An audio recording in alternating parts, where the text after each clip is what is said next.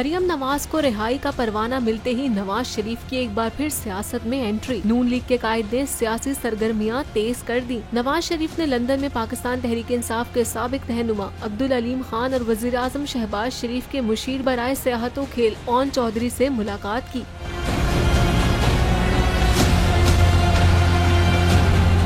मुलाकात में पंजाब हुकूमत के हवाले से बातचीत की गई। नवाज शरीफ से मुलाकात के बाद अलीम खान ने मीडिया से सियासत पर बात करने से गुरेज किया और कहा कि मौसम की बात पूछें, मेरा सियासत से कोई ताल्लुक नहीं। अलीम खान का कहना था कि लंदन के मौसम का पाकिस्तान की सियासत पर कोई असर नहीं पड़ेगा।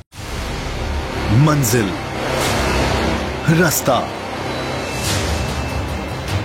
जज्बा,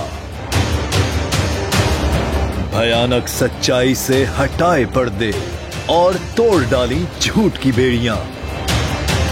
सलाखों से डरना कैसा जब चट्टानों ने पाला हो। इमरान खान बोल के साथ जुम्मे से इतवार रात 10 बजे सिर्फ बोल न्यूज पर।